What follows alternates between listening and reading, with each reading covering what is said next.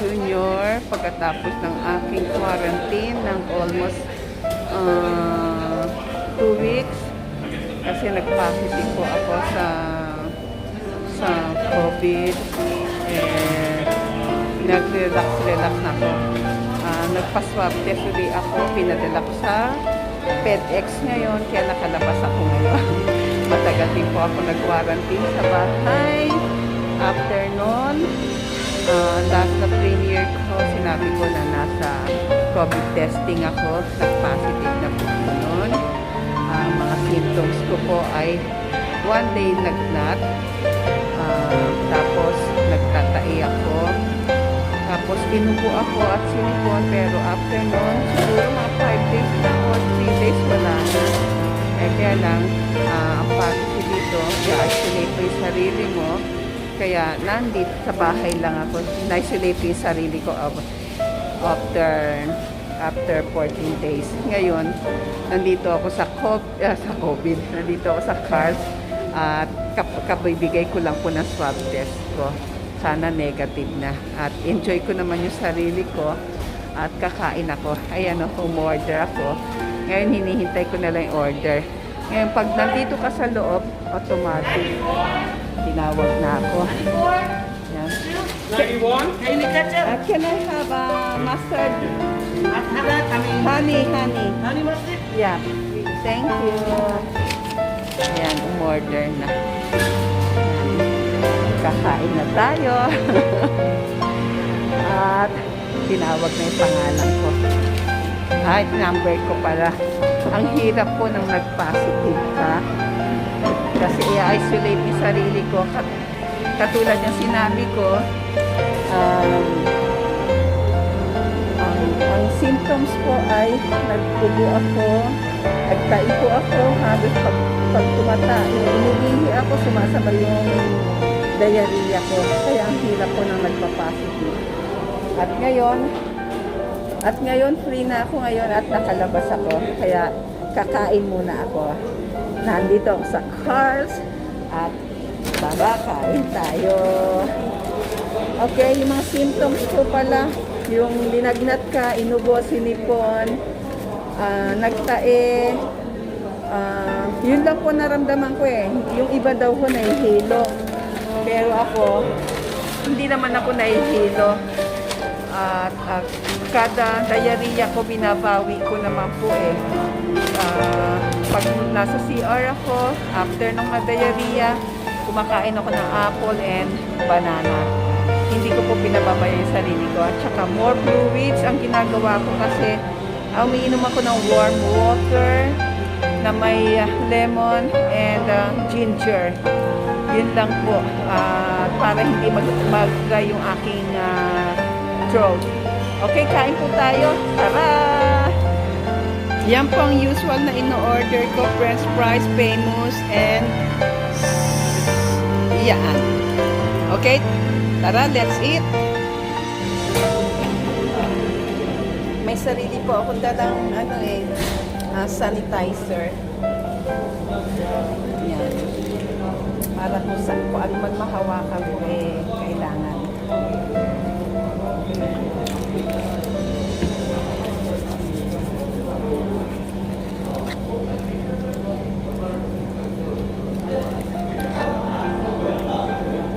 French fries.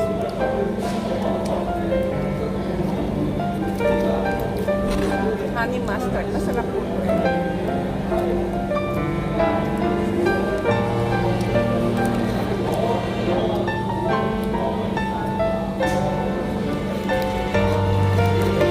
Hindi daw sila nag-tray. Binigay lang sa amin plastic. Yung supot. Dito lang nila nilagay.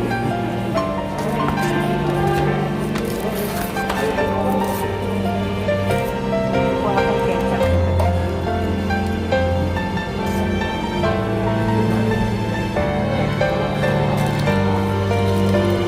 Nakalimutan nila magdala ng ketchup. Ay, pala ako kanina. Sarap nga yan.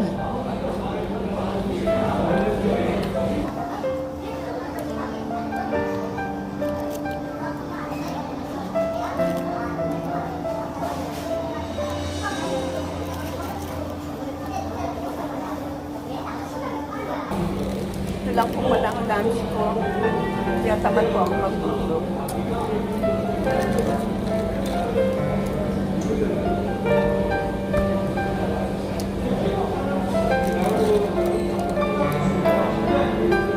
Isa din po side effects nang nagkaroon ka ng COVID yung affected yung tulog mo. Kasi nagigising na po ako mga 3 o'clock or 3:30. Kanina nagising ako ng 4 o'clock. Kaya babawi ako ngayon. Pwede na akong pumasok. Nag-text na sa akin yung boss ko. Papasok na daw ako. Kaya lumabas na ako ngayon at kumain.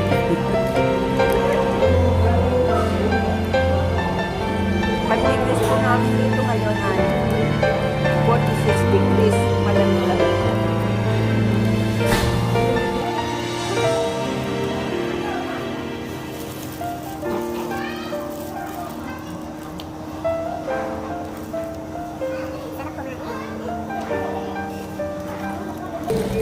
Ang napansin ko lang po nung magkasakit ako, magmula nagka-COVID ako, lumalakas na po akong kumain.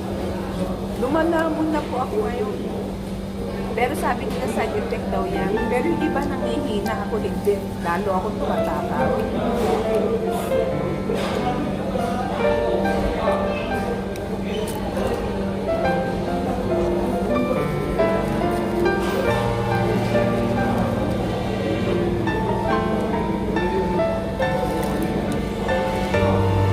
Dito po masaya na sila pag hamburger, pizza, yan po yung mga lunch nila. Pero sa ating mga Pinoy, hindi tayo pwedeng walang rice. Mamaya mag-rice ako.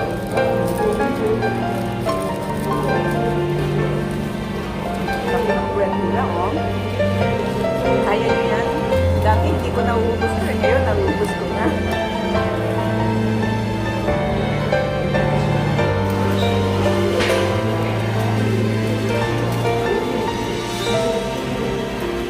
Ganyan po kalaki ang kanilang bread dito.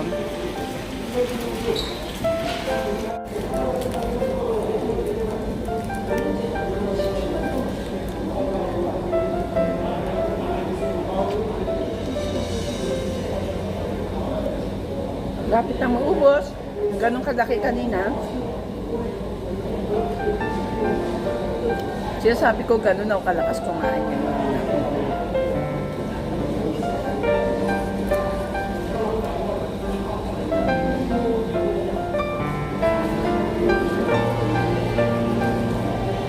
Ito po, hindi na uso yung nagluluto. Kumakain na lang po sila sa labas. Masaya na sila sa hamburger, sa pizza, sa mga donut. Sabi ko nga sa inyo kanina, rice, Pilipino lang mahilig sa rice talaga.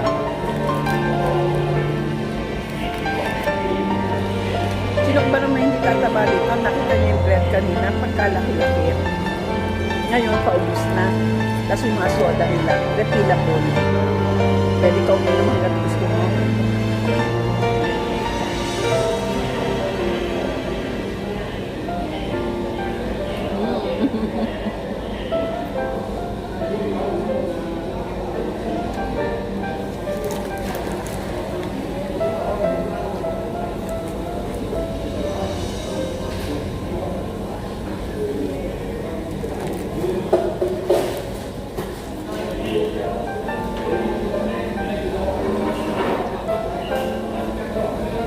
Nahulog.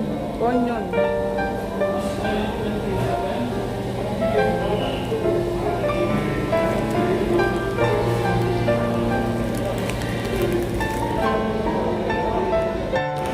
Tapos na po tayong kumain at magsasanitizer na tayo. Ito po yung mga tao, konti lang po. Wala, bihirang-bihira lang po ang tao ngayon. Yan lang po sila, oh. Yun. Ilan-ilan lang po. Tapos, ayun yung mga nakapila.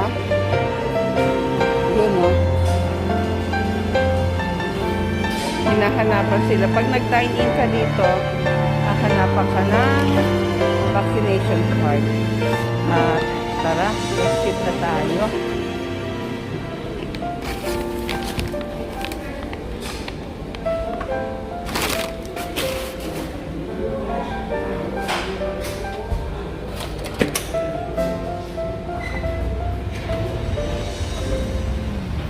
Tapos na ako.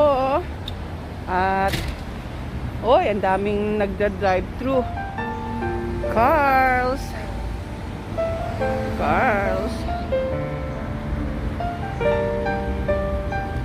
Ayan. Tara, halika na po sa sakyan. At nag-carpool din po ako eh. At punta na tayo sa aking carpool. Okay. Nabusog na. Lunchtime. Cars. Yan mga nagda-drive-thru. Sabi sa inyo, mga tamad ang mga tao rito eh.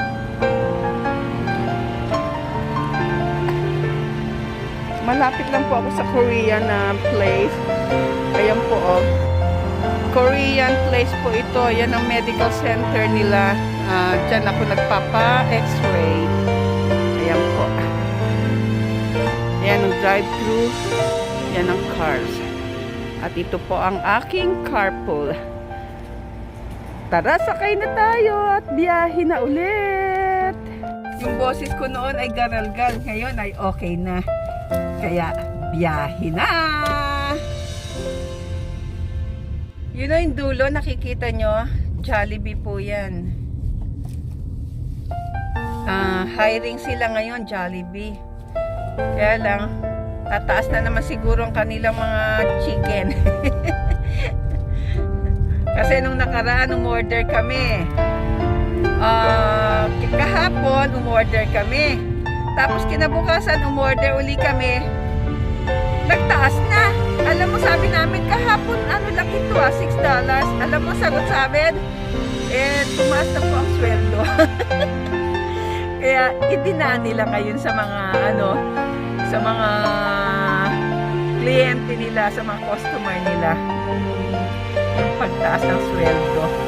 O, tara, yan ang Jollibee. Marami din po kumakain dyan. Sa likod niyan, yan po ang bahay ko.